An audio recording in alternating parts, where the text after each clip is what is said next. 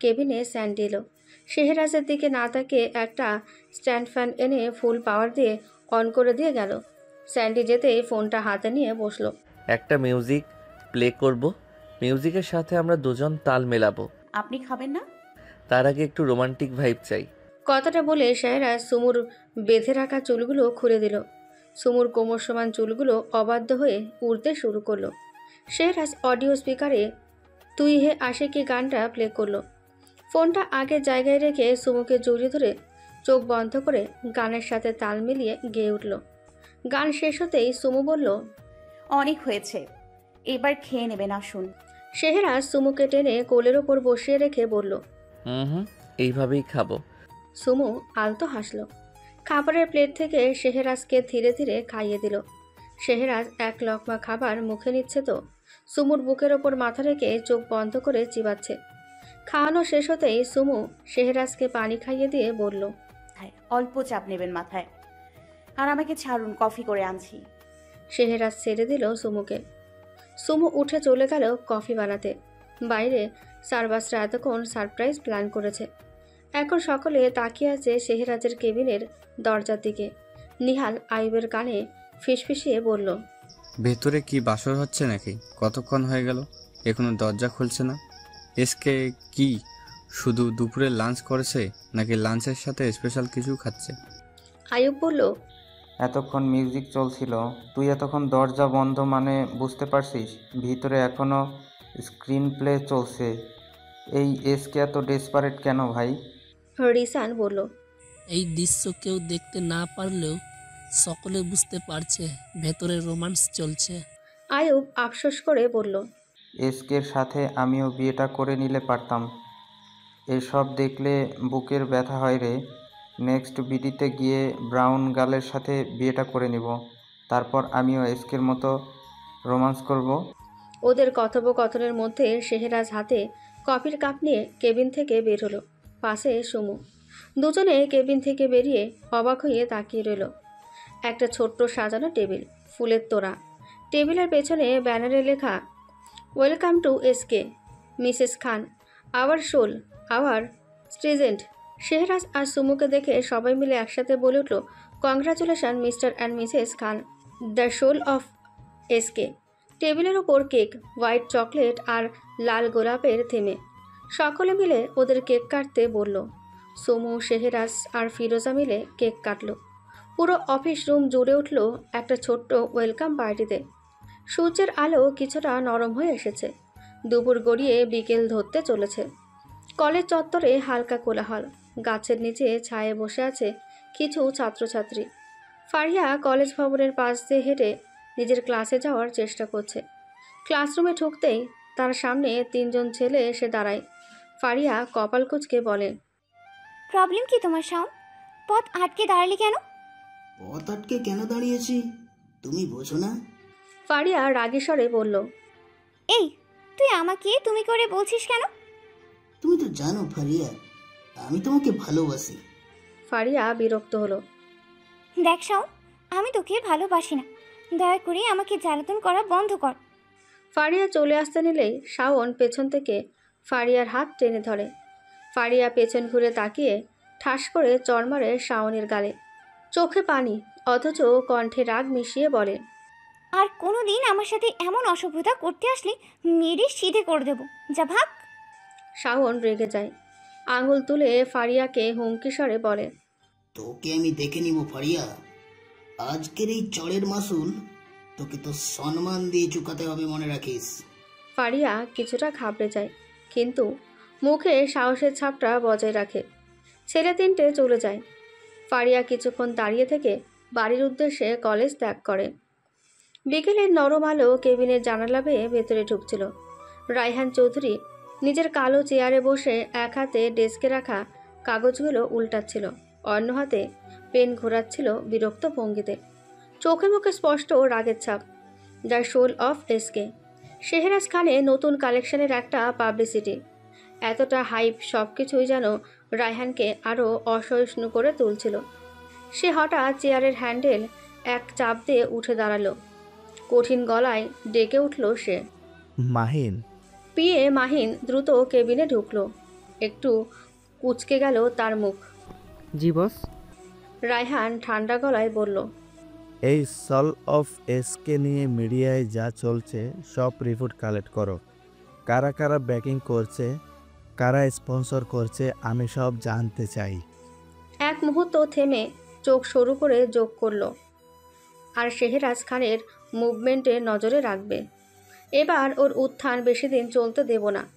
মাহিন চুপচাপ মাথা নেড়ে বাইরে বেরিয়ে গেল, আর রায়হান নিজের ডেস্কের সামনে দাঁড়িয়ে জানালার বাইরে তাকিয়ে রইল।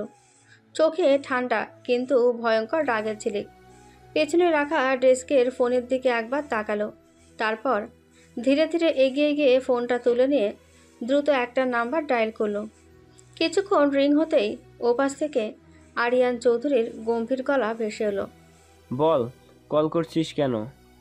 রায়হান ঠান্ডা গলায় বলল, শুনেছি শেহরাজের দ্য সল অফ এসকে এখন মিডিয়ায় হট টপিক। আরিয়ান একটু বিরক্ত গলায় উত্তর দিল, হ্যাঁ, চারদিকে ওরই নাম শুনছি। এত পাবলিসিটি, মাথা খারাপ হয়ে যাচ্ছে। সব হয়েছে বেবি গার্লের জন্য। এই শ্যুট করছে সুমু। রায়হান চেয়ারে বসে হাতের আঙুল দিয়ে ডেস্কের ওপর টুকটুক করে শব্দ তুলতে লাগলো। তারপর নিচু গলায় বলল, শুধু পাবলিসিটি না, ব্যাকআপও পেয়ে গেছে। কিছু করতেই হবে এখন। আরিয়ান একটু থেমে জিজ্ঞেস করলো, প্ল্যান কি? রায়হান হালকা হাসলো, ঠান্ডা অথচ বিষাক্ত। শীঘ্রই জানবি। তবে এক কাজ কর, একটু শেহরাজের কাছাকাছি থাক। ও কি প্ল্যান করছে, কাকে টার্গেট করছে, সব কুছ চাই। একটা ভুলও চলবে না। আরিয়ান হালকা গলায় হেসে বলল, আমি ওইসব পারবো না। 6 মাস পর আমার শ্যুট আছে, 3 মাস পর ফিরতে হবে। যদি বেবি গার্ল পটানোর কোনো টিপস জানিস তাহলে সেটা বল। রায়হান ভ্রু কুঁচকাল। তুই আমার কাছে মেয়ে পটানোর টিপস চাইছিস? আমার কাছে? ওহ সরি, তুই তো এসব পারিস না। রায়হান ফোনটা কানে ধরে বসেছিল, ওপাশে আরিয়ান অপেক্ষায়।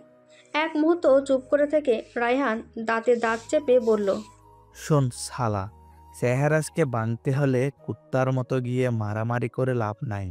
ওর সব কিছুই বর্তমানে ওর ওয়াইফের মধ্যেই আটকে গেছে। শেহরাজকে ধ্বংস করতে পারবে কেবল ওর ওয়াইফ। সুমু ওর দুর্বলতা। রায়হান আবারও ব্যঙ্গ করে বলল, তুই তো আবার বিশাল কোরিয়ান হিরো, তোকে দেখলে হিরোইনরা পাগল হয়ে যায়। তুই শালা এখন কার বাল ছিড়িস রে? আরিয়ান ওদিক থেকে রাগে দাঁত চাপা দিয়ে বলল, চুপ কর শালা, এক সময় এক রকমের কথা বলিস তুই। ভুল কিছু তো বলি না, এখন বাদ দে এসব। কিছু কর আরিয়ান। এসকের থেকে সুমুকে সরাতে তোকে আমি সব রকমের হেল্প করব। তোকে কিছু করতে হবে না, সময় মতো আমি ঠিক সরিয়ে নিব। কল কেটে দিল আরিয়ান। রায়হান ফোন ছুঁড়ে ফেলে দিল ডেস্কের ওপর। কেবিনের ভেতর ভারী নীরবতা নেমে এলো। রায়হানের চোখে ছিল শুধুই এক ভয়ঙ্কর প্রতিশোধের আগুন। রাত 11টা। শীতল রাতে গাড়ির গর্জন থেমে গেল খান মেনশনের সামনে। সুমু গাড়ি থেকে নামতেই একটা ক্লান্তি মাখানো হাসি দিল। আজকের দিনটা ছিল লম্বা, ঘরোয়া, কিন্তু অদ্ভুতভাবে ক্লান্তিকর। আজকে শ্যুট ক্যান্সেল করছে শেহরাজ। অফিসের কাজ শেষ করে সবাইকে নিয়ে ঘুরতে বেরিয়েছিল শেহরাজ। সারবাজরা অনেক আগেই ফিরে এসেছে, শুধু শেহরাজ আর সুমু বাইরে ছিল। ঘরে ঢুকে শেহরাজ সুমুকে কোমল গলায় বলল, তুমি ফ্রেশ হয়ে আসো সুইটহার্ট, আমি একটু ফোন সোশ্যাল মিডিয়ার অবস্থা দেখে আসি। সুমু মাথা নেড়ে ওয়াশরুমের দিকে এগিয়ে গেল। শেহরাজ বেডের পাশে বসে নিজের ফোন হাতে নিল। আনমোনা ভঙ্গিতে স্ক্রল করছিল মেসেজ আর ইমেলগুলো। ঠিক তখনই আচমকা ফোনটা বেজে উঠল। স্ক্রিনে স্যান্ডি নামটা ঝিলমিল করছিল। শেহরাজ একটু বিরক্ত গলায় রিসিভ করলো। বলো কি হয়েছে? ওপাশ থেকে স্যান্ডির কণ্ঠস্বর কাঁপছিল। স্যার একটা গন্ডগোল হয়ে গিয়েছে। সে যেন ভয় আর গিল্টিতে গলা শুকিয়ে ফেলেছে। স্যার আজ ডোজটা একটু বেশি হয়ে গিয়েছিল। ছেলেটা মারা গিয়েছে স্যার। শেহরাজ মুহূর্তেই গম্ভীর হয়ে উঠল। তার চোখের তারা যেন আগুনের মতো জ্বলল। হোয়াট? কি বলছো তুমি? তুমি কি ভুলে গেছো সুমুর যে ক্ষতি করতে চায় সেই লোক পর্যন্ত পৌঁছানোর জন্য এই ছেলেটা আমাদের একমাত্র উপায় ছিল? শেহরাজের কণ্ঠে আগুন। স্যান্ডি আমতা আমতা করে কিছু বলার চেষ্টা করছিল, কিন্তু শেহরাজ ততক্ষণে ফোনটা এত জোরে ছুঁড়ে ফেলল, ফোনটা মেঝেতে আছড়ে পড়ে 2 টুকরো হয়ে গেল। সাথে সাথেই রাগে অন্ধ হয়ে উঠে দাঁড়িয়ে ঘরের সেন্টার টেবিলে লাথি মেরে উল্টে দিল। মুহূর্তেই কাচের টেবিলটা ভেঙে চুরমার হয়ে গেল। এতেই শেহরাজ থেমে থাকলো না। ঘরের প্রতিটা জিনিস এলোমেলো করে ফেলল সে। ঘরটা যেন এক নিমেষে রণক্ষেত্রে পরিণত হলো। ঠিক তখনই ওয়াশরুম থেকে বের হলো সুমু। ভেজা চুল গালে লেপটেছিল, চোখে বিস্ময় আর ভয়। সে ছুটে এলো শেহরাজের দিকে। খান সাহেব প্লিজ শান্ত হন, কি হয়েছে বলুন। সে শেহরাজের সামনে এগিয়ে এলো তাকে থামানোর জন্য, কিন্তু রাগে অশান্ত শেহরাজকে সামলাতে গিয়ে শেহরাজের হাতের ভুলবশত আচমকা এক ধাক্কায় সুমু 2 পা পিছিয়ে গেল। পায়ে কাচের টুকরো ঢুকে গেল। সুমু ব্যথায় আ করে উঠল। সেই মুহূর্তেই শেহরাজের হুঁশ ফিরল। তার চোখ বিস্ফোরিত হয়ে গেল, কণ্ঠ রুদ্ধ হয়ে এলো। সুইটহার্ট, ব্যথা পেয়েছো? সে এগিয়ে গেল সুমুর দিকে, ভয় মাখা দৃষ্টিতে। এতক্ষণের তুলনায় শেহরাজ সুমুর অবস্থা দেখে বেশি পাগলামি শুরু করলো। সে হাত বাড়ালো মেঝেতে পড়ে থাকা কাচের দিকে, নিজের হাত ক্ষতবিক্ষত করবে বলে। সুমু আটকালো শেহরাজকে। সে কোনো কথা না বলে চুপচাপ শেহরাজকে শক্ত করে জড়িয়ে ধরল। শেহরাজের গা থেকে তখনও রাগের তাপ ছুটছিল, কিন্তু সুমুর কোমল স্পর্শ আর নিঃশব্দ ভরসায় তার বুকের ভেতরে ঝড় থেমে গেল। সে 2 হাতে সুমুকে জড়িয়ে ধরল, চুলের গোড়ায় ঠোঁট ছুঁয়ে ফিসফিস করে বলল, আমাকে ক্ষমা করে দাও সুইটহার্ট, আমি তোমাকে কষ্ট দিতে চাইনি। সুমু মাথা নাড়িয়ে চুপচাপ বুকের সাথে আরও জড়িয়ে ধরল। তাদের পৃথিবী তখনও অশান্ত, কিন্তু এই ছোট্ট জগৎ, তাদের দুজনের ভালোবাসার জগৎ ছিল নিঃশব্দে। ধীরে ধীরে শান্ত হয়ে আসছিল। ঘরের ভেতর ছড়িয়ে ছিটিয়ে থাকা ভাঙা আসবাবের দিকে আর একবারও তাকালো না শেহরাজ। তার সমস্ত মনোযোগ ছিল শুধু এক জায়গায়, সুমুর মুখে। সেই নরম ভীতু চোখে, যেখানে কোনো অভিযোগ নেই, শুধু নিঃশব্দ ভালোবাসার ভাষা। শেহরাজ সুমুকে কোলে তুলে ধীরে ধীরে বেডের কাছে এলো। ফার্স্ট এড বক্স এনে যত্ন করে সুমুর পায়ে ব্যান্ডেজ করে দিয়ে সুমুর পায়ে আলতো করে ঠোঁট ছোঁয়ালো। শেহরাজের চোখ দুটো লাল হয়ে উঠেছে রাগ আর অপরাধ বোধে। সুমু 2 হাতে শেহরাজের মুখের 2 পাশ ধরে তাকে দেখতে লাগলো। তার চোখে অদ্ভুত মায়া। না কোনো প্রশ্ন নেই, না কোনো অভিযোগ নেই, শুধু একটা অনুচ্চারিত আহ্বান। বলুন খান সাহেব, নিজের ভেতরের জ্বালাটা আমাকে দিন, আমি সইব। শেহরাজ চোখ বন্ধ করলো এক মুহূর্ত। তার দেহের সব শক্তি যেন হঠাৎই হারিয়ে গেল। সে নিজের মাথাটা ধীরে সুমুর কোলে রাখল, যেন একটা বিধ্বস্ত যুদ্ধবাজ এখন নিজের একমাত্র আশ্রয়ে ফিরে এসেছে। সুমু নরম হাতে ওর চুলে হাত বুলাতে লাগলো। চুলের ভেতর দিয়ে নরম আঙুলের চলাচল ছিল যেন সব রক্ত গরম ভাব প্রশমিত করার ওষুধ। সুমু নরম কণ্ঠে জানতে চাইল, আপনি ঠিক আছেন খান সাহেব? শেহরাজ খুব স্বাভাবিক মুখ করে মাথা নেড়ে বলল, হ্যাঁ সুইটহার্ট, আমি ঠিক আছি। সুমু বুঝল তার খান সাহেবের ভেতরে কিছু একটা চলছে, খুব বড় কিছু। সুমু আবার জিজ্ঞেস করলো ধীরে, আপনি কি বলবেন না কি হয়েছে? শেহরাজ ছোট্ট হাসি দিল, কিন্তু সে হাসির ভেতর একটা ভয়ঙ্কর ক্লান্তি ছিল। তারপর গলা নামিয়ে বলল, একটা খুব গুরুত্বপূর্ণ জিনিস নষ্ট হয়ে গেছে, আর কিছু না। সুমু ওর হাত ধরে রাখলো চুপচাপ, আর জোর করলো না, কারণ সে জানে তার খান সাহেব নিজের ভেতরে যুদ্ধ কাউকে সহজে দেখায় না। সে নিজে সেই সব যুদ্ধে লড়ে, নিজেই রক্তাক্ত হয়। শেহরাজ সুমুর হাতটা শক্ত করে ধরল, যেন ওর স্পর্শ থেকে একটু শান্তি খুঁজে নিচ্ছে। তারপর বলল, পায়ে ব্যথা করছে সুইটহার্ট? না, এই সামান্য কেটে যাওয়াতে আপনি যেই পাগলামি করছেন তাতে ব্যথারা ভয় পেয়ে পালিয়ে গেছে। শেহরাজ আলতো হাসল। সুমু শেহরাজের হাসি দেখে বলল, ফ্রেশ হয়ে আসুন, অনেক রাত হয়েছে। শেহরাজ উঠে বসলো। ওয়াশরুমে গিয়ে কোনো মতে ফ্রেশ হয়ে এসে সুমুকে জড়িয়ে ঘুমের রাজ্যে পাড়ি জমালো। ঘরে জুড়ে নরম আলো ছড়িয়ে পড়েছে। মিষ্টি রোদটা ঘরের সাদা কালো পর্দার ফাঁক দিয়ে রুমে ঢুকছে। বাইরে কোথাও দূরে পাখিরা ডাকছে।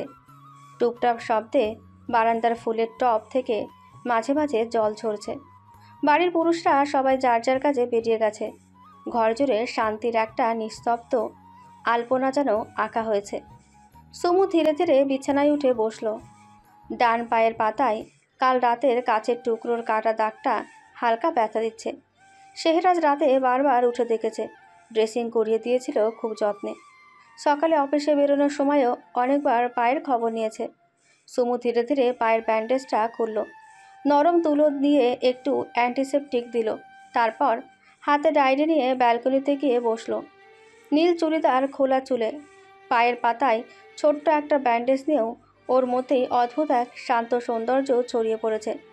ডায়েরির প্রথম পাতা খুলে সুমু ভাবল, খান সাহেব যদি এখন থাকতেন হয়তো রাগী মুখে এসে বলতেন, তুমি উঠে দাঁড়িয়ে হাঁটছো কেন সুইটহার্ট? তারপর গম্ভীর কণ্ঠে আদরের ভয় দেখাতেন। সুমু মৃদু হাসল, ডায়েরিটা হাতে ধরে সামনে নীল আকাশের দিকে তাকিয়ে থাকলো। হাওয়ায় ওর খোলা চুল আর ডায়েরির পাতা উড়ছে। সুমু মনে মনে অনুভব করলো, খান সাহেবের ভালোবাসা যেন সুরক্ষার একটা অদৃশ্য চাদর হয়ে সারাদিন ওকে ঘিরে রাখবে। শুধু দূরে কোথাও থেকে ভেসে আসা শেহরাজের মৃদু কণ্ঠস্বর যেন মনে হলো, সাবধানে থেকো সুইটার। ডায়েরিতে 2 পাতা লিখে উঠে দাঁড়ালো সুমু। নরম হাওয়ায় চুল সরিয়ে পায়ের ব্যথাটা ভুলে একটু একটু হাঁটতে চাইছিল। এমন সময় সিঁড়ি দিয়ে দৌড়ে এলো ঈশিতা। ওর নিঃশ্বাসে তারা, মুখে হাসি। সুমু। সুমু অবাক হয়ে তাকালো। ঈশিতা কাছে এসে বসলো। নিচে চলো, বড় মামুনি তোমাকে ডাকছে। ঈশিতা কাছে এসে বলল। সুমু একটু অবাক হলো, মনটা হালকা দুশ্চিন্তায় কেঁপে উঠল। তবে সুমু চুপচাপ কোমল ভঙ্গিতে মাথা নোয়ালো। আচ্ছা চলো। পায়ে ব্যথা নিয়েই ধীরে ধীরে উঠে দাঁড়ালো, জামার ওড়নাটা গুছিয়ে নিল। মনের মধ্যে প্রশ্নের ভিড়। কি ব্যাপার, আজ হঠাৎ করে আমাকে ডাকা হলো কেন? ঈশিতা সিঁড়ির দিকে ইশারা করলো। আমি হাত ধরে নিয়ে যাই, পা কেটেছে তো তোমার। মিষ্টি হেসে বলল ঈশিতা। সুমু হালকা হেসে ঈশিতার কাঁধে হাত রাখলো। দুজনে মিলে ধীরে ধীরে নামতে লাগলো নিচে, যেখানে অপেক্ষা করছে তার শাশুড়ি। সুমু ঈশিতার হাত ধরে ধীরে ধীরে নিচে নামলো। পাটা একটু ব্যথা করছিল, কিন্তু ওর মুখে সেই চিরচেনা কোমল শান্তি।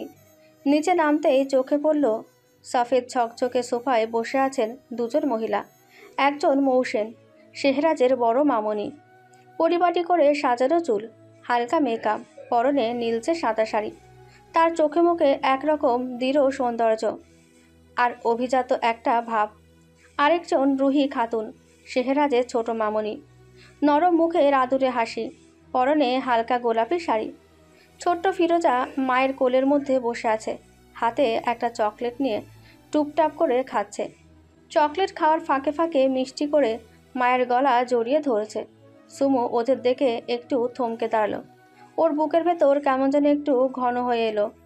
সুমু বিনীতভাবে সামনে এগিয়ে গেল, মাথা নিচু করে সালাম করলো। আসসালামু আলাইকুম বড় মামুনি, ছোট মামুনি। মৌসেন এক চুলো না নড়ে তাকিয়ে থাকলেন কিছুক্ষণ। মুখে হালকা একরকম কঠিন সৌন্দর্যের রেখা, যেন মেপে নিচ্ছেন সুমুকে। রুহি খাতুন হেসে বললেন, ওয়ালাইকুম আসসালাম মামুনি, কেমন আছো? সুমু একটু সংকোচ নিয়ে উত্তর দিল, ভালো আছি আলহামদুলিল্লাহ। ফিরোজা মায়ের কোল থেকে মুখ তুলে মিষ্টি করে বলে উঠল, নিউ ফ্রেন্ড, চকলেট খাবে? ওর কোকড়ানো চুল, বড় বড় চোখ আর কাচুমচু ভঙ্গি দেখে সুমুর মন একেবারে নরম হয়ে গেল। সুমু মুচকি এসে বলল, তুমি খাও বাবু, নিউ ফ্রেন্ড পরে খাবো। রুহি খাতুন কোমল দৃষ্টিতে তাকালেন সুমুর দিকে, আর মৌসেন সামান্য ঠোঁটের কোণে কঠিন হাসি টেনে বললেন, তোমাকে কিছু কথা বলার ছিল, বসো সুমু। সুমু আস্তে করে পাশে রাখা সোফায় বসে পড়ল। ওড়নার আঁচলটা গুছিয়ে কোলের ওপর রাখল, চোখ নামিয়ে রেখেছে সুমু। মনের ভেতর অদ্ভুত এক টান টান অনুভূতি। ঠিক তখনই মৌসেন একটু গলা পরিষ্কার করে বললেন, তুমি তো আর আমাদের বাড়িতে গেলে না সুমু। তার ঠান্ডা কণ্ঠে যেন এক ধরনের অভিযোগ মিশে আছে। মেহেরাজ বেটার আশায় থাকলে তো তোমার যাওয়া হবে না কোনো দিন। ছেলেটা বড্ড ব্যস্ত, নিয়ে যাবার জন্য সময় পাবে কিভাবে বলো? সুমু মাথা নিচু করে থাকলো, কিছু বলল না। মৌসেন থামলেন না, কথা চালিয়ে গেলেন, তা বলছিলাম ফিরোজ এখন আমাদের সাথে যাবে? তিনি হাত বাড়িয়ে ফিরোজার মাথায় হাত বুলিয়ে দিলেন। তুমি ওর সাথে চলো, বিকালের মধ্যে ফিরোজকে নিয়ে আবার এই বাড়িতে ফিরে আসবে। রুহি খাতুন তখন কোমল হেসে বললেন, হ্যাঁ মামনি, ফিরোজা তো সারাদিন তোমার সঙ্গেই থাকতে চাই। ফিরোজা রুহি খাতুনের কোল থেকে নেমে এসে সুমুর কোলের ওপর উঠে বসে বলল, ফ্রেন্ড, তুমি যাকে আমাদের বাড়িতে ইয়েতিমতা। হাততালি দিতে দিতে কথাগুলো বলল ফিরোজা। সুমু ফিরোজার উচ্ছ্বাসের দিকে তাকিয়ে একটু মুচকি হাসল, কিন্তু মনে মনে একটু দোটানায় পড়ে গেল। ও নরম স্বরে বলল, বড় মামুনি, আমি খান সাহেবকে না জানিয়ে কিভাবে যাই? আগে খান সাহেবকে জিজ্ঞাসা করি। কথাটা শুনে মৌসুমের মুখটা একটু থমথমে হয়ে গেল।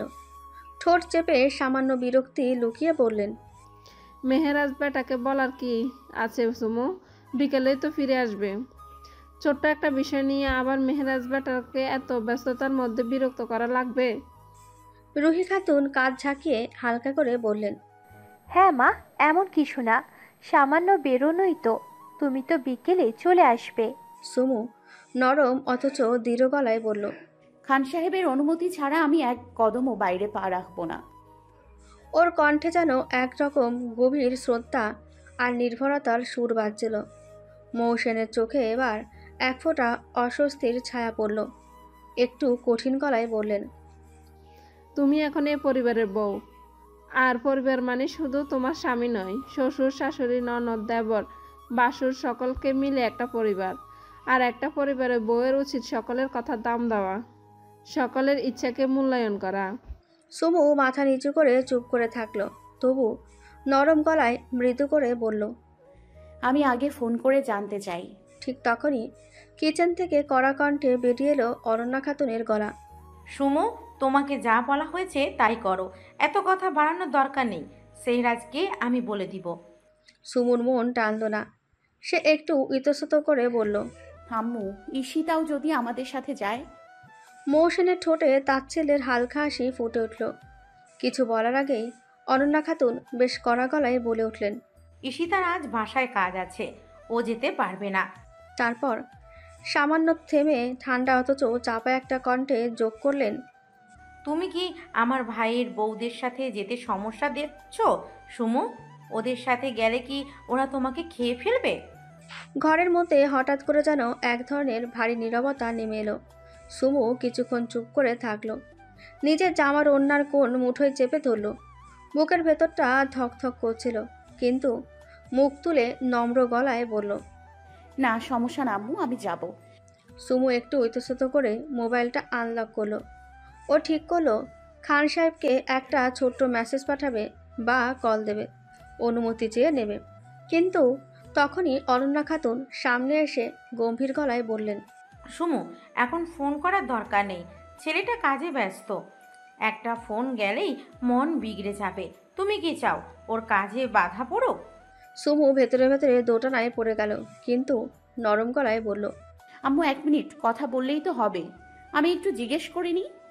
অরণ্যা খাতুন তখন একটু কঠিন হয়ে বললেন, না মানে না, সেহরাজকে আমি নিজেই পরে বলবো। এখন তুমি যদি আমাদের কথার মূল্য দাও তাহলে চুপচাপ প্রস্তুত হও। মৌসেন পাশে দাঁড়িয়ে ঠোঁটের কোণে ঠান্ডা হাসি টেনে বললেন, মেহেরাজকে সব কিছুতে জানাতে হবে এমন কোনো নিয়ম নেই সুমু। তুমি এখন এই পরিবারের বউ, পরিবারের অন্য কারো সিদ্ধান্ত সম্মান করতে শিখো। রুহি খাতুন একটু নরম স্বরে বললেন, মা, তুমি তো বিকেলের মধ্যেই ফিরে আসবে, এটা তেমন কিছু না, ভাববে একটা পারিবারিক ভ্রমণ। আফিয়া খাতুন বেরিয়ে এলেন রুম থেকে। রুহি খাতুনের পাশে বসে বললেন, একবার জানতে দিন নিজের স্বামীকে জানাচ্ছে, এত অসুবিধা কোথায়? অনন্যা খাতুন বললেন, কেন আফিয়া, আমি মেনে নেই আর না নেই, তবুও এটাই তো সত্যি যে ও আমার ছেলের বউ, আর আমার ছেলের বউয়ের উপর কি আমার কোনো অধিকার নেই? কিন্তু ভাবিজি। অনন্যা খাতুন এক হাত তুলে বললেন, থাক আফিয়া, কোথাও যেতে হবে না সুমুকে। সুমু খুব শান্তভাবে মাথা নিচু করে দাঁড়িয়ে রইল। বুকের ভেতর অদ্ভুত একটা খচখচে কষ্ট হচ্ছিল। খান সাহেবের অভ্যস্ত ভালোবাসা, তার প্রতিটি ছোটোখাটো খেয়াল রাখা, সব মনে পড়ে যাচ্ছিল, কিন্তু সে কোনো প্রতিবাদ করল না। ফোনও করলো না। সে নিচু স্বরে বলল, আমি আপনাকে আর আপনার প্রতিটা কথাকে সম্মান করি আম্মু। আমি খান সাহেবকে কল করব না। ফিরোজা সুমুর দিকে তাকিয়ে বলল, নিউ প্লেন। সুমু ঠোঁটে হাসি ফুটিয়ে বলল, আচ্ছা তুমি বসো, আমি রেডি হয়ে আসছি।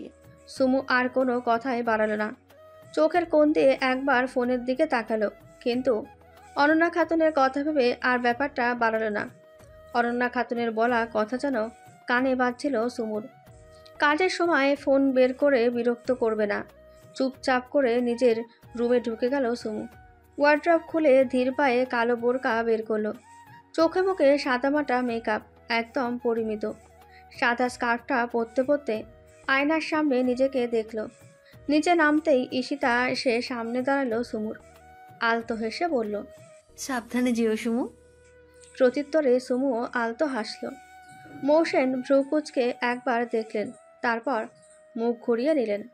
অনন্যা খাতুন চোখ সরিয়ে হালকা গম্ভীর স্বরে বললেন, সাবধানে যেও, স্যারহাজ বেটাকে আমি বলে দিব। ফিরোজা দৌড়ে এসে সুমুর হাত ধরল। চলো নিউ প্লেন, কি মজা হবে। চৌধুরী মেনশনে দৃষ্টিনন্দন গেট পেরিয়ে গাড়ি যখন ভেতরে ঢুকলো, সুমুর মন অদ্ভুত এক আশঙ্কায় ভরে উঠল। সে জানে না কি অপেক্ষা করছে ওর জন্য এই বিশাল প্রাসাদ সদৃশ বাড়িতে। খান সাহেবের সে নির্ভরতার ছায়া আজ কতটা দরকার তা আরও তীব্রভাবে টের পেল সে। চৌধুরী মেনশনের ভেতরে ঢুকে একটা প্রশান্তি ছড়ানো পরিবেশ পেল সুমু। ভেতরে ঘরগুলো সাজানো, মার্বেলের মেঝে, মখমলি পর্দা আর ঝকঝকে ঝাড়বাতি ঝুলছে ছাদের মাঝখানে। কিন্তু সুমুর মনকে যেন এই সৌন্দর্যের কিছুই ছুঁতে পারছিল না। সে চুপচাপ মাথা নিচু করে দাঁড়িয়ে রইল। রুহি খাতুন স্নেহ ভরে ওর কাঁধে হাত রাখলেন। এসো মামনি, এখানে বসো, আমি তোমার জন্য ফল মিষ্টি নিয়ে আসি। কথাটা বলে সুমুকে নরম একটা সোফার দিকে ইশারা করলেন। সুমু ধীরে ধীরে গিয়ে সোফায় বসলো। বোরকার ভেতর থেকেও যেন বোঝা যাচ্ছিল ওর দৃষ্টি নিচু। মাথা একটু নুয়ে হাত দুটো মুঠো বন্ধ করে কোলে রাখলো। ওর ভেতরে এক অজানা শঙ্কা, অস্বস্তি জমে উঠছিল ক্রমশ। রুহি খাতুন তখন হেঁটে চলে গেলেন কিচেনের দিকে। পেছনে পড়ে রইল সুমু। একটা অপরিচিত অপরিসীম বাড়ির মাঝখানে, যেখানে কেউ ওর খান সাহেবের মতো সজাগ দৃষ্টি নিয়ে তাকিয়ে নেই। ঘড়ির টিকটিক শব্দ ছাড়া ঘরে আর কোনো আওয়াজ নেই। ফিরোজা এসে গার্ডেনে খেলছে। সুমু সোফায় বসে অন্যমনস্ক হয়ে পায়ের আঙুল দিয়ে কার্পেটের ওপর নকশা আঁকছিল। হঠাৎ যেন ভেতরটা ব্যাকুল হয়ে উঠল। নিজের অজান্তে ওর হাত ব্যাগের ভেতরে ঢুকে গেল। ফোনটা বের করে নিল সুমু। আঙুলটা কাঁপতে কাঁপতে খান সাহেব নামের পাশে থাকা কল আইকনের ওপর চলে গেল। একবার কথা বলে নিই, একবার জানিয়ে দিই ভাবলো সুমু। ফোনে চাপ দিতে যাবে ঠিক তখনই একটা ছায়া এসে ওর সামনে দাঁড়িয়ে গেল। সুমু চমকে তাকালো। মৌসেন ঠোঁটে চাপা কঠিন হাসি নিয়ে নিচু গলায় বললেন, একা একা বসে আছো কেন সুমু?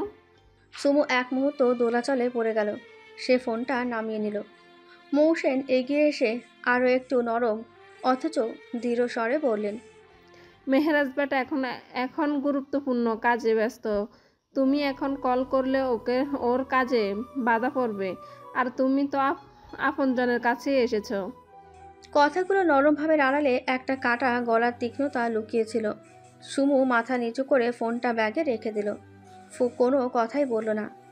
রুহি খাতুনের সামনে একজন সার্ভেন্ট এসে সেন্টার টেবিলের ওপর ফল, মিষ্টি, শরবত রেখে গেল। মৌসেন ওর পাশে বসে গ্লাস টেবিলের ওপর সাজানো ফলের প্লেট দেখিয়ে বললেন, খেয়ে নাও, এত সংকোচ করবে না, এখানে সবাই তোমার নিজের লোক। সুমু একটা তীক্ষ্ণ হাসি দিয়ে মাথা ঝুঁকল, কিন্তু তার হৃদয়ের গহীনে যেন খারাপ কিছু হবার ভয়। রুহি খাতুন বললেন, ভাবিজি আপনারা কথা বলুন, আমি একটু গার্ডেনে যাই, মেয়েটা একা একা কি করছে দেখে আসি। কথাটা বলে রুহি খাতুন চলে গেলেন। মৌসেন আলতো হেসে বললেন, খাও সুমু। সুমু ফলের প্লেটের দিকে তাকালো। ফলের টুকরোগুলো রঙিন আর টাটকা হলেও সুমুর খেতে ইচ্ছে করল না। ও মৃদু কণ্ঠে বলল, আমি খেতে চাই না ধন্যবাদ। মৌসেন কিন্তু খুব ভালো করে ধরলেন সুমুর অস্বস্তি। ঠোঁটে অদৃশ্য এক কঠিন হাসি টেনে বললেন, ও কিছু খাবে না যখন, তখন আর জোর করিও না। চলো, আমি বরং তোমাকে আমাদের বাড়িটা ঘুরিয়ে দেখাই। সুমু মৌসেনকে বলল, আদনান মামু আর আফতাব মামু কই? তাদের তো দেখছি না। মৌসেন সুমুর দিকে তাকিয়ে মুচকি হাসলেন। তার হাসিতে এক ধরনের লুকানো অর্থ ছিল। আদনান তো অফিসে গেছে চুমু, আর আফতাব তো এখনো খুব বিজি, তার নতুন মুভি আসছে, সেখানে গেছে। সুমু আর কোনো কথা বাড়ালো না। মৌসেন সুমুকে প্রথমে একটি বিলাসবহুল রুমে নিয়ে গেল। রুমটি আরিয়ানের। রুমটির প্রতিটি অংশ যেন শুদ্ধ সান্নিধ্যে ঢাকা। রুমের মাঝখানে বিশাল আকারের একটি সাদা রঙের বেড, যার উপর রেশমি সাদা বিছানা আর কোয়েল্ট সাজানো। বেডের মাথার পাশে সোনালি রঙের উঁচু পিলার, আর সেগুলোর ওপরে ঝুলছে হালকা সোনালি আলো। রুমের কোণে কোণে বড় বড় শোপিস আর ডিজাইন করা ফুলের পট, যা রুমটিকে আরও ঝলমলে ও অভিজ্ঞান করে তুলেছে। এক কোণে বিশাল সিলভার কালারের ওয়াল মাউন্টেড আয়না, যেখানে সুমুর ছবি টানানো। ছবিগুলো সুমুর বিভিন্ন মুহূর্তের, কিছু হাস্যচল, কিছু শান্ত। এই ছবিগুলো সব জায়গায় ছড়িয়ে আছে, কেবল দেওয়ালে নয়, ছিল ছোট টেবিলের ওপর, কাচের ফ্রেমে, এমনকি আয়নার কাছে, যেখানে সুমুর মিষ্টি মুখের ছবি আরও একবার ভেসে উঠল। রুমের পুরো দেওয়াল জুড়ে সুমুর বড় বড় ছবি। তার মিষ্টি হাসি, তার শান্ত চোখে যেন এক ধরনের অদ্ভুত রহস্য ফুটে উঠছিল। ছবিগুলোতে সুমু বিভিন্ন পোশাকে, বিভিন্ন পরিস্থিতিতে, কখনো সাদা শাড়িতে, কখনো গোলাপি লেহেঙ্গায়, কখনো আবার চুড়িদারে দেখা যাচ্ছে। প্রতিটি ছবির মাঝে এক ধরনের গভীরতা, যেন তার জীবনের নানা দিকের প্রতিফলন। অন্যদিকে রুমের এক কোণে বিলাসবহুল একটি ছোট্ট বসার এলাকা, 4টি সুন্দর কুশন ও একটি কোণার সোফা। সোফার পাশে একটি সাদা মার্বেল টেবিল, যার উপর বেশ কয়েকটি বই, ছোট ক্যান্ডেল আর একটি সোনালি রঙের ভাস্কর্য সাজানো।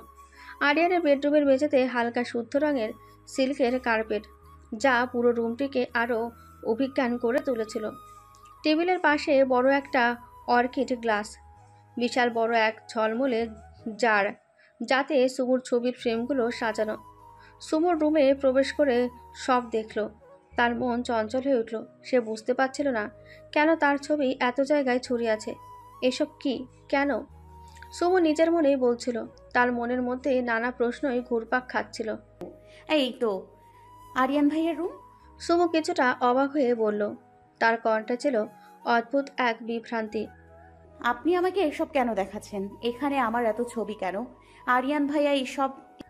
মৌসেন তার দিকে মৃদু হাসি দিয়ে তাকালেন, তারপর ধীরে ধীরে বললেন, সব কিছু জানবে তো সুমু, কিন্তু প্রথমে তোমাকে আরও একটা জিনিস দেখাতে চাই।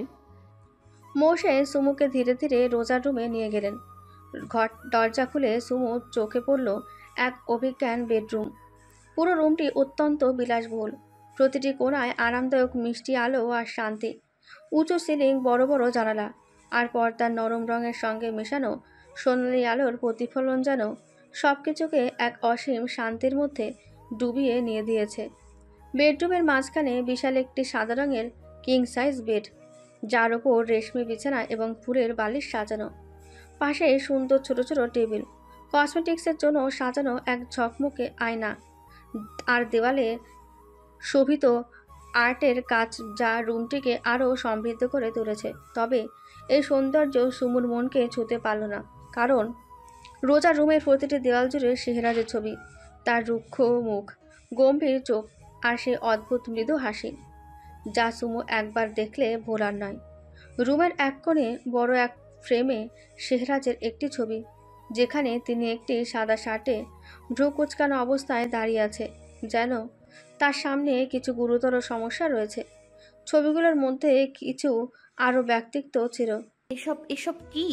সুমু অবাক হয়ে মৌসেনের দিকে তাকালো। তার কণ্ঠে কিছুটা ভিন্নতা ছিল।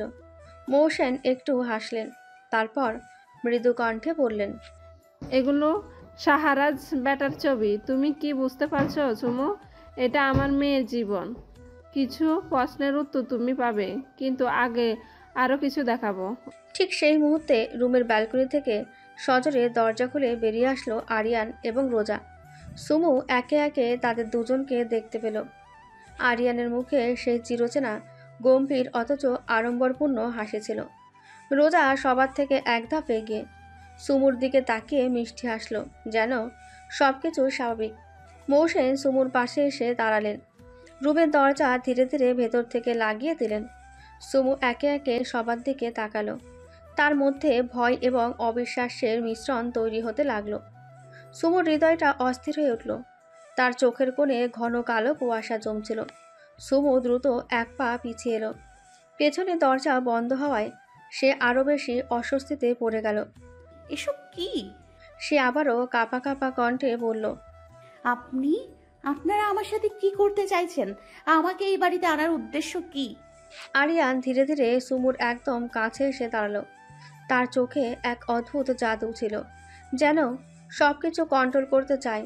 এক মুহূর্তে সে মৃদু আবেগপূর্ণ কণ্ঠে বলল, বেবি গার্ল। সুমু শিহরিত হয়ে গেল।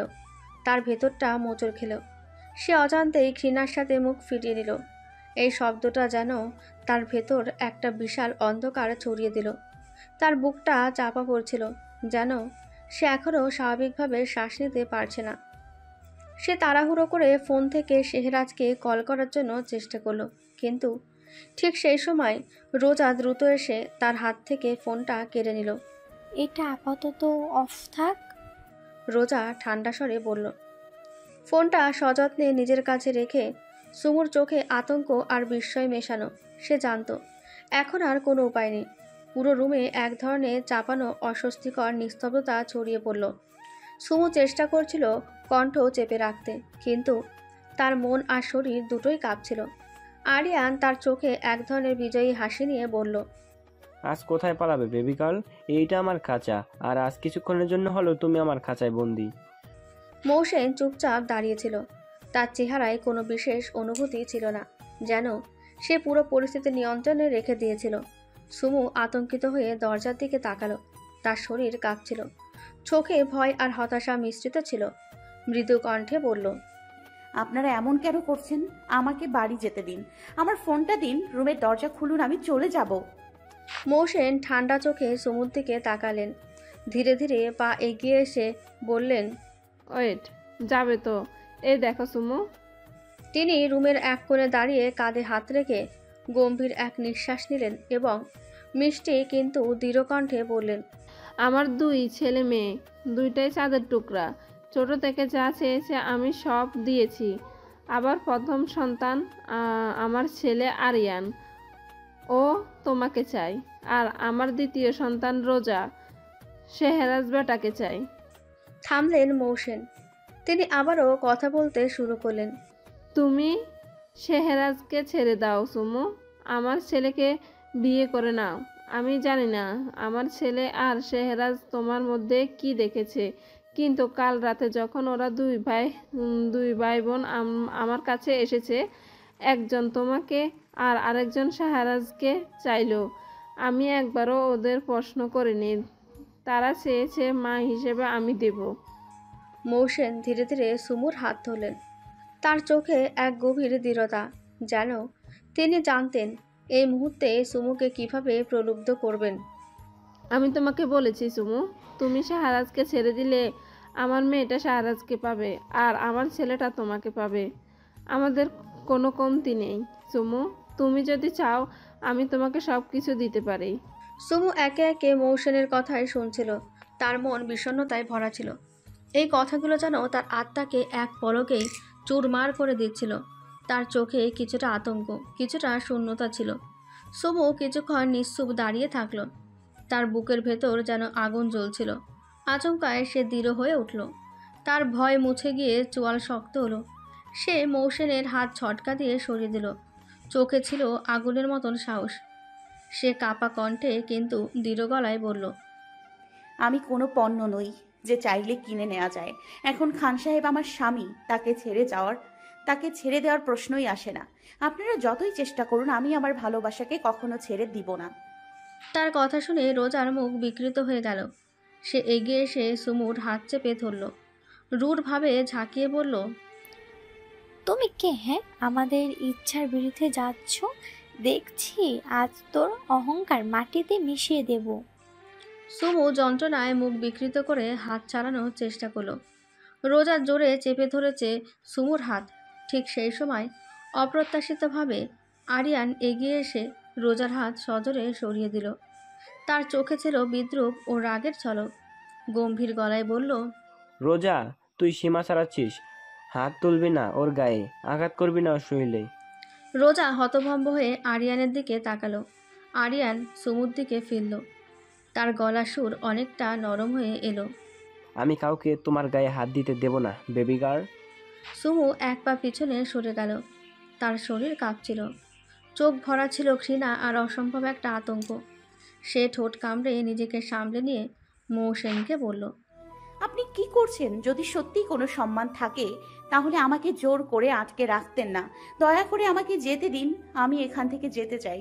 যদি সামান্য মানবিকতা বেঁচে থাকে আপনাদের মধ্যে তাহলে আমাকে যেতে দিন। আর আজ আমাকে যা যা বললেন সেসব আমার খান সাহেবের সামনে গিয়ে বলুন। মৌসেন তেড়ে আসতে গেলে আরিয়ান আটকায়। চোখের ইশারায় রোজা আর মৌসেনকে বেরিয়ে যেতে বলে। মৌসেন প্রথমে কিছুটা দ্বিধায় পড়লেন, তারপর চাপা ভঙ্গিতে রোজার হাত ধরে বললেন, চলো রোজা। রোজা অসন্তুষ্ট মুখ করে বিরক্তিতে ঠোঁট কামড়ে সুমুর দিকে এক দৃষ্টিতে তাকালো। তারপর মায়ের সাথে রুম থেকে বেরিয়ে গেল। সুমু বেরিয়ে যেতে নিলেই আরিয়ান এগিয়ে গিয়ে রুমের দরজা ভেতর থেকে লক করে দিল। ধীরে, অত্যন্ত সচেতনভাবে, যেন বুঝে দিল এই রুম এখন তার তৈরি করা একখানা বন্দি দুনিয়া।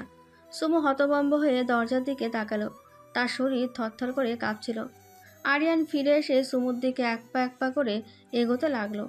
তার চোখে এখন আর রাগের ঝলক ছিল না, বরং গভীর কোনো আবেগের ছায়া ছিল। নরম অথচ তীক্ষ্ণ স্বরে বলল, আমি কাউকে তোমার গায়ে হাত তুলতে দেব না, বেবি গার্ল। আর আজ তুমি শুধু আমার। তুমি পালানোর চেষ্টা করলেও লাভ হবে না। আজ তুমি আমার খাঁচায় বন্দি, শুধু তুমি আর আমি। সুমু আতঙ্কে কয়েক কদম পেছাতে লাগলো। তার কণ্ঠ কাঁপছিল। সে নিঃশ্বাস নিতে পারছিল না ঠিক মতো। মুখ থেকে বেরিয়ে এলো, দয়া করে আমাকে যেতে দিন। আরিয়ান ধীরে ধীরে এগিয়ে এলো। তার চোখে মুখে স্পষ্ট লালচার ছাপ। ঠোঁটের কোণে ছিল এক ভয়ঙ্কর বিজয়ী হাসি। সে এক ঝটকায় সুমুর দিকে হাত বাড়ালো। সুমু আতকে উঠে পাশ কাটিয়ে গেল। ভয়ে আতঙ্কে তার শরীর ঘামছিল। হৃৎপিণ্ড যেন ছুটছিল অদম্য গতিতে। আরিয়ান মজা পেয়ে হালকা হেসে উঠল। সেই হাসির শব্দ রুমের নিস্তব্ধতাকে আরও ভারী করে তুলল। সুমু দৌড়ে রুমের এক কোণে গিয়ে দাঁড়ালো। পায়ের কাটা স্থান দিয়ে রক্ত বেরিয়ে আসলো সুমুর। আরিয়ান আবারও এগিয়ে এলো। সুমু হাতের কাছে যা পাচ্ছিল তাই তুলে নিয়ে ছুঁড়ে মারতে লাগলো।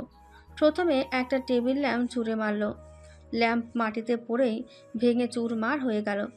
আরিয়ান হেসে উঠল, যেন পুরো দৃশ্যটা তার জন্য এক অদ্ভুত খেলায় পরিণত হয়েছে। সুমু এবার টেবিলের ওপরে বইগুলো ছুঁড়ে মারল। তারপর ছোট্ট একটা ফুলদানি, কাঁচের টুকরো চারিদিকে ছড়িয়ে পড়ল। আরিয়ান একটু সরে দাঁড়ালো, তবে তার মুখে সেই মজা পাওয়ার হাসি মুছে গেল না একবারও। সে ধীরে ধীরে বলে উঠল, উফ, আমার বেবি গার্ল তো অনেক ফাইটার। হ্যাঁ, প্রবলেম নেই বেবি গার্ল, আগে তুমি করো ফাইট, তারপর আমি করব, তবে এভাবে না, অন্যভাবে। সুমু তখন একেবারে কোণে গুটিয়ে গিয়েছিল। তার গলা কাঁপছিল, চোখে কান্না টলমল করছিল। সে দু হাত জোর করে কেঁপে কেঁপে বলল, দয়া করে আমাকে ছেড়ে দিন, আমার সম্মান নষ্ট করবেন না, দয়া করে আমাকে বাঁচতে দিন। তার কণ্ঠের করুণ আরতি সারা রুমের নিস্তব্ধতাকে ছিন্ন ভিন্ন করে দিল। সুমুর মুখে করুণ ভিক্ষার সেই আত্মী শুনে কিছু মুহূর্তের জন্য আরিয়ানের চোখের দৃষ্টিও পাল্টে গেল, কিন্তু তার ঠোঁটে তখনও এক অদ্ভুত গভীর রহস্যময় হাসি খেলা করছিল। আরিয়ানের সামনে তখন দাঁড়িয়েছিল এক ভীত, অসহায়, কাঁপতে থাকা সুমু, যার চোখে ছিল শুধুই নিজের সম্মান রক্ষার প্রার্থনা। সুমু দু হাত জোর করে আরও করুণভাবে অনুনয় করল। তার কণ্ঠে কাঁপুনি, চোখে আতঙ্কের ঘন ছায়া। আরিয়ান এগিয়ে এলে ভয়ে সুমুর শরীর আরও কুঁকড়ে গেল। তার বুকের ভেতর তীব্র চাপ অনুভব হলো। মনে হলো যেন তার শ্বাস আটকে আসছে। সুমু হঠাৎ এক হাতে বুক চেপে ধরল। তার হাঁপানির মতন অবস্থা হলো। কণ্ঠ দিয়ে কোনো শব্দ বের হচ্ছিল না, শুধু তীব্রভাবে নিঃশ্বাস নেওয়ার চেষ্টা করছিল। কিন্তু যত চেষ্টা করছিল মনে হচ্ছিল বায়ু পৌঁছাচ্ছে না। তার শরীর কাঁপছিল, মুখটা ফ্যাকাশে হয়ে গিয়েছিল, হাত পা ঠান্ডা হয়ে গেছিল। সে এখন প্যানিক অ্যাটাকে চরম পর্যায়ে পৌঁছে গিয়েছে। তার ভেতর থেকে অস্পষ্ট একটা শব্দ বের হলো, খান সাহেব, আমাকে বাঁচান। তার ফিসফিস করা কণ্ঠ যেন বাতাসে মিশে হারিয়ে যাচ্ছিল। হু হু করে কেঁদে উঠল সুমু। সুমু কাঁপতে কাঁপতে মাটিতে বসে পড়ল। তার চোখে পানি, ঠোঁট কাঁপছে।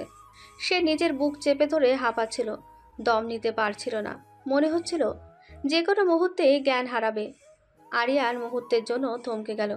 তার মুখে সে বিদ্রুপাত্মক হাসি একটুখানি ম্লান হলো, কিন্তু পর মুহূর্তে তার ঠোঁটের কোণে আবার রহস্যময় ছায়া ফুটে উঠল। সারা রুম তখন নিঃশব্দ, শুধু সুমুর ছটফটানো নিঃশ্বাসের টুকরো টুকরো শব্দ ভেসে আসছিল। সুমুর এই অবস্থা দেখে আরিয়ান কিছুটা আতঙ্কিত হয়ে গেল। সে দ্রুত দরজা খুলে দিল, কিন্তু সুমু উঠে দাঁড়াতে পারল না। অনেক কষ্টে নিজেকে টেনে দাঁড় করালো। ধীর পায়ে রুম থেকে বেরিয়ে এলো, কিন্তু করিডোরে এসেই হঠাৎ জ্ঞান হারিয়ে মাটিতে লুটিয়ে পড়ল সে। আরিয়ান আরও আতঙ্কিত হয়ে পড়ল। দ্রুত রোজাকে ফোন করল সে। খবর পেয়ে রোজা, রুহি খাতুন সহ সকলে গার্ডেন থেকে দৌড়ে বাড়ির ভেতরে চলে এলো।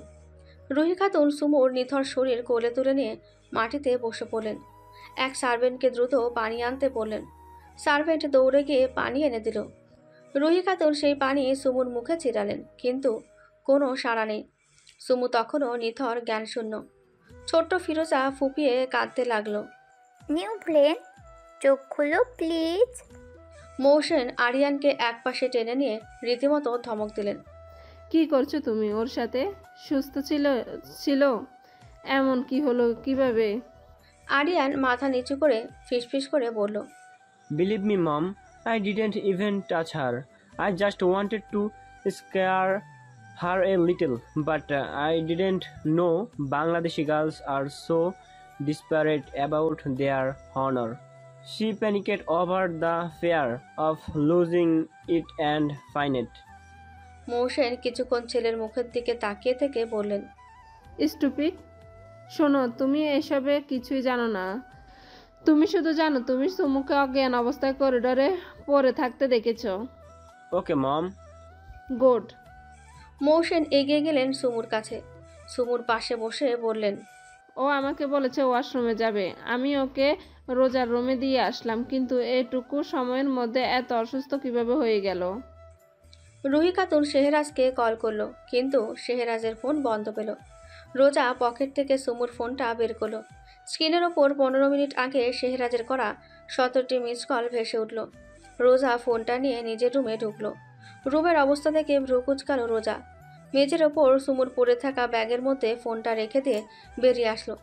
রুহি খাতুন শেহরাজকে ফোনে না পেয়ে অনন্যা খাতুনের ফোনে কল করলো। অনন্যা খাতুন কল রিসিভ করতে সবটা খুলে বলল রুহি খাতুন। অনন্যা বেগম আতকে উঠে বললেন, মেয়েটা সুস্থ অবস্থায় আপনাদের বাসায় গেল, এখন বলছেন এমন অবস্থা, ওকে হসপিটালে নিন, আমরা আসছি। ওই মেয়ে আমার ছেলের জীবন, ওর কিছু হলে শেহরাজ আস্ত রাখবে না কাউকে। ছেলে আমার কিছুক্ষণ আগে আমাকে কল করে বলেছে সুমু কোথায়, ও ফোন তুলছে না কেন। আমি ওকে বললাম শুভু গার্ডেনে ফিরোজার সাথে, আর ওর ফোন রুমে। ঈশিতাকেও আমি কিছুই বলতে দেইনি। বইয়ের পা কেটেছে, সেই অবস্থায় বাইরে বের হয়েছে বলে একটু রাগ দেখিয়ে আমাকে বলল ওর খেয়াল রাখতে। শেহরাজ এখন মিটিংয়ে, ওর মিটিং শেষ হওয়ার আগে সুমুকে সুস্থ করে তুলতে হবে। কথাগুলো বলে কল কাটলেন অনন্যা বেগম। তারপর ঈশিতাকে বাড়িতে থাকতে বলে তিনি হাসপাতালের উদ্দেশ্যে বেরিয়ে গেলেন। এসকে লাক্স কনফারেন্স রুম, সেখানে অবস্থিত শেহরাজ খান, স্যান্ডি, আরবাস এবং বিদেশি client mister Logan, miss ইউমি, mister Rodriguez. Shehraj খান স্থির অথচ দৃঢ়কণ্ঠে বলল, Good morning, everyone. Thank you for joining us today. Let's talk about what truly drives SK Luxi, something we proudly call the soul of SK. Mister Logan মাথা নাড়িয়ে বলল, looking forward to it mister Khan. Sandy হেসে বলল। Miss ইউমি বলল, What makes your collection stand out globally? সারবাস একটু ঝুঁকে বলল, Because it's not just about trends, we create emotion. Each piece carries a story, especially spread by the elegance of the East and minimalism of the West.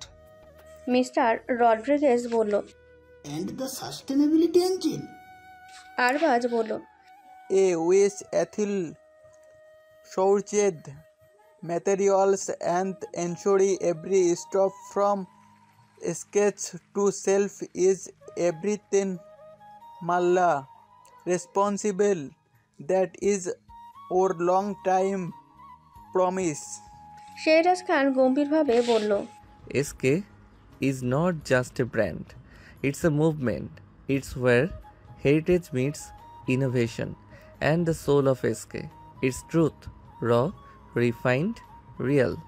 ক্লায়েন্টরা মুগ্ধ দৃষ্টিতে একে অপরের দিকে তাকায়। মিস্টার লোকান আবারও বলল, I must say, this is more than we expected. You have built not just a fashion house, but a philosophy. Shehraj হালকা ঠোঁট বাঁকিয়ে বলল, We don't follow fashion, we lead with soul. ঘড়িতে তখন দুপুর 12:25। শেহরাজের চোখে এখনও মিটিংয়ের উত্তেজনার ছাপ। বিশাল ডিলটা ফাইনাল হয়েছে।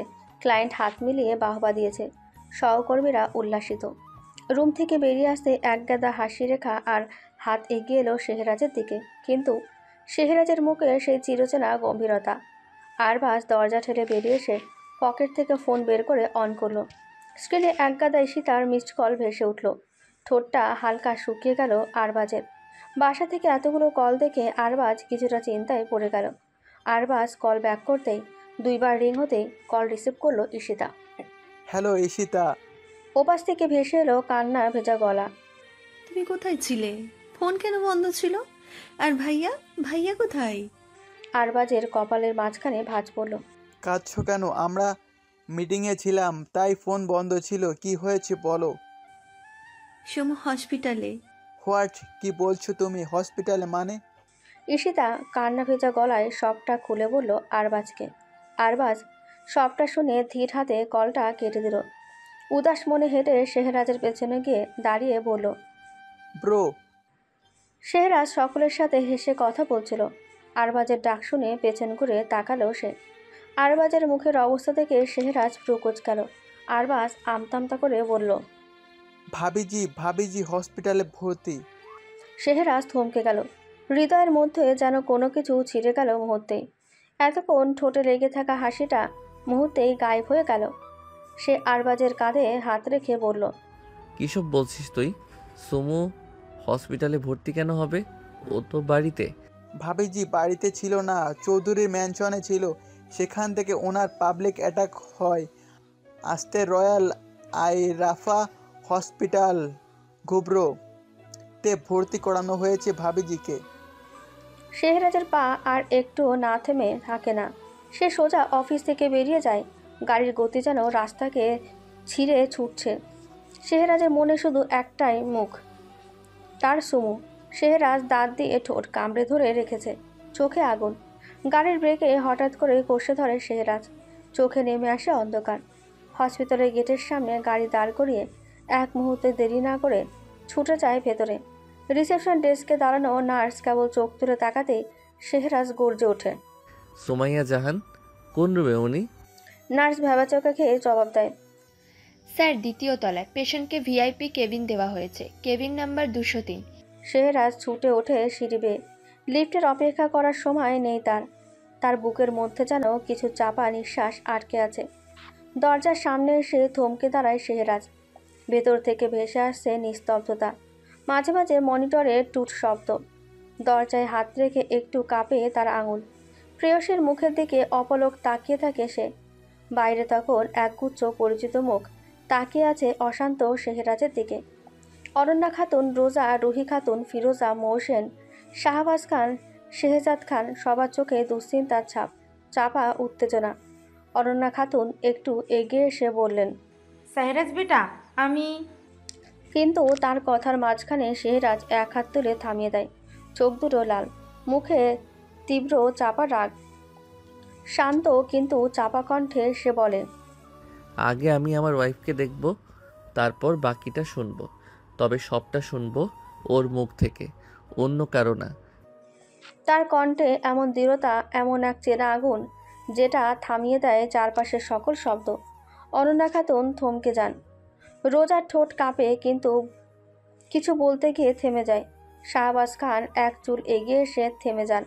মৌসেন ফোন বের করে আরিয়ানকে টেক্সট করে বলে এই মুহূর্তেই কোরিয়ার উদ্দেশ্যে ওমান ছাড়াতে। শেহরাজ কারো মুখের দিকে না তাকিয়ে আস্তে করে দরজা ঠেলে ভেতরে ঢোকে। তার পায়ের শব্দ যেন হাসপাতালের করিডোরে অনুরণ করে তোলে। সুমু কেবিনের বেডে নিস্তেজ হয়ে শুয়ে আছে। অক্সিজেন মাস্কে ঢাকা মুখ, চোখ বন্ধ, ত্বক নিস্তেজ। শেহরাজের গলা শুকিয়ে আসে। বুকের ভেতর কেমন যেন মোচড় দিয়ে ওঠে। শেহরাজের পা যেন শক্ত হয়ে যায়। চোখের সামনে সুমুর এত অসহায়ভাবে শুয়ে থাকায় তার সমস্ত পৃথিবী মুহূর্তের মধ্যেই থমকে যায়। হাতের মুঠো শক্ত হয়ে যায় আর গলা শুকিয়ে আসে। তার হৃদয়ে যে চাপ তা যেন আরও বেড়ে যায়। এক মুহূর্তে তার মাথায় হাজারো চিন্তা আসতে থাকে, কিন্তু কিছুই যেন ঠিকভাবে ভাবতে পারে না।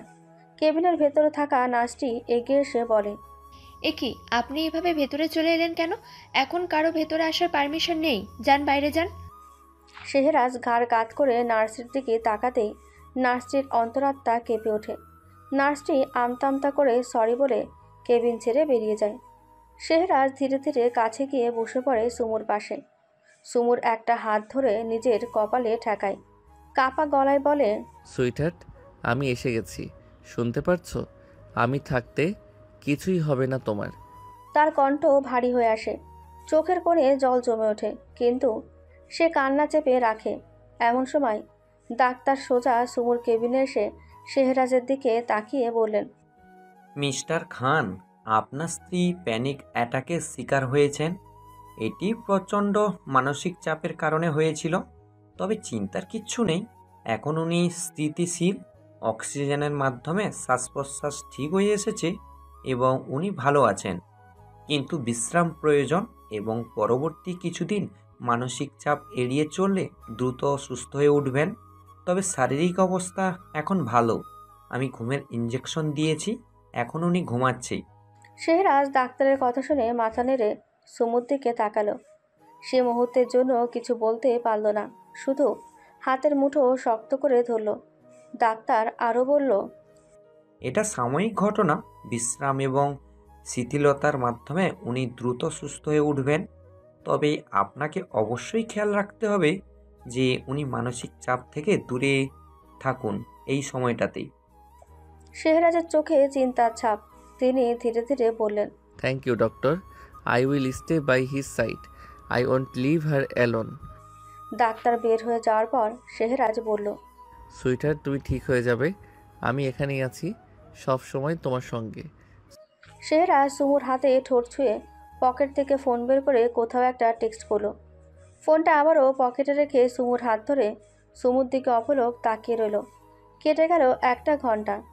হাসপাতালের কেবিনের দরজার বাইরে সবাই অপেক্ষায়, কিন্তু কেবিনের ভেতর থেকে শেহরাজ ঠান্ডা গলায় বলে দিয়েছে ভেতরে কেউ আসতে পারবে না। সে তার ওয়াইফের কেবিন কাউকে অ্যালাউ করবে না। শেহরাজ এখনও সেই চেয়ারে বসে, যেটা সুমুর বেডের একদম পাশে। ডান হাতে সুমুর হাত ধরা, বাম হাতে সুমুর মাথায় কোমলভাবে হাত বুলিয়ে যাচ্ছে। তার রুক্ষ খাঁজ কাটা মুখের প্রতিটা রেখায় ক্লান্তি আর চোখে ভয়। ভেতরে একটা অস্থিরতা। হঠাৎ সুমুর শরীরটা একটু কেঁপে উঠল, মুখটা কুঁচকে গেল, ঠোঁট কাঁপছে। ঘুমের মধ্যেই বলল, দূরে থাকুন, দয়া করে আমাকে ছেড়ে দিন খান সাহেব, আমাকে বাঁচান। শেহরাজ সাথে সাথে উঠে দাঁড়িয়ে সুমুর গাল ছুঁয়ে বলল, সুইটহার্ট, শান্ত হও, আমি আছি, আমি তোমার কাছেই আছি। ঠিক তখনই সুমু আচমকা জোরে চিৎকার দিয়ে উঠে বসে। খান সাহেব! সুমু হাঁপাচ্ছে, চোখ দুটো ভয়ে বড় হয়ে আছে, শরীর কাঁপছে। শেহরাজ সুমুকে শক্ত করে জড়িয়ে ধরে বুকের ভেতরে টেনে নেয়। শান্ত হও, আমি আছি তোমার কাছে, কিছু হয়নি তোমার, শান্ত হও তুমি। কিন্তু সুমু কিছুই শুনছে না। সে কাঁপছে, পাগলের মতো আচরণ করছে। আবারও কান্না জড়ানো কণ্ঠে বলল, ও আমাকে ছুতে চেয়েছিল, আমার খুব ভয় করছে, ও আমাকে বাঁচতে দেবে না, ওরা ওরা আমাদের আলাদা করে দিতে চায়। শেহরাজ সুমুকে আরো শক্ত করে নিজের বুকের মধ্যে টেনে নেয়। তুমি আমার, কেউ তোমাকে ছুতেই পারবে না, কারণ তুমি আমার, শুধু আমার, কেউ আমাদের আলাদা করতে পারবে না। সুমু শেহরাজের বুকের মধ্যে মুখ গুজে দেয়। সে নিজের সবটুকু শক্তি দিয়ে শেহরাজের শার্টটা খামচে ধরে। আপনার বুক ছাড়া আর কোনো জায়গা নিরাপদ না আমার জন্য, আপনি আমাকে ছেড়ে যাবেন না খান সাহেব। শেহরাজ চুপচাপ গভীর শ্বাস ফেলে। সুমুকে শক্ত করে জড়িয়ে ধরে রাখে, যেন তার শরীর দিয়েই ঢাল তৈরি করে দেয় সুমুর চারপাশে। সে ফিসফিস করে বলে,